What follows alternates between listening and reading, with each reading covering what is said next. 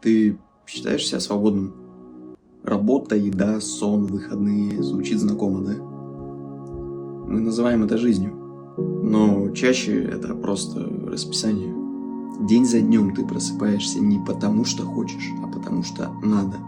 Половину жизни ты отдаешь занятости, которая не дает тебе ничего, кроме денег и то на самое необходимое, а забирает самое драгоценное. А потом приходишь домой, садишься и понимаешь, время идет, а ты стоишь на месте.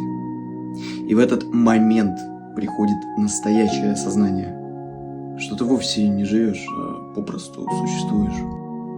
Но знаешь, настоящая свобода начинается именно тогда, когда ты перестаешь бежать от этой мысли. Когда начинаешь делать не потому, что так надо, а потому, что это твое. И вот тогда ты впервые чувствуешь, что действительно жив.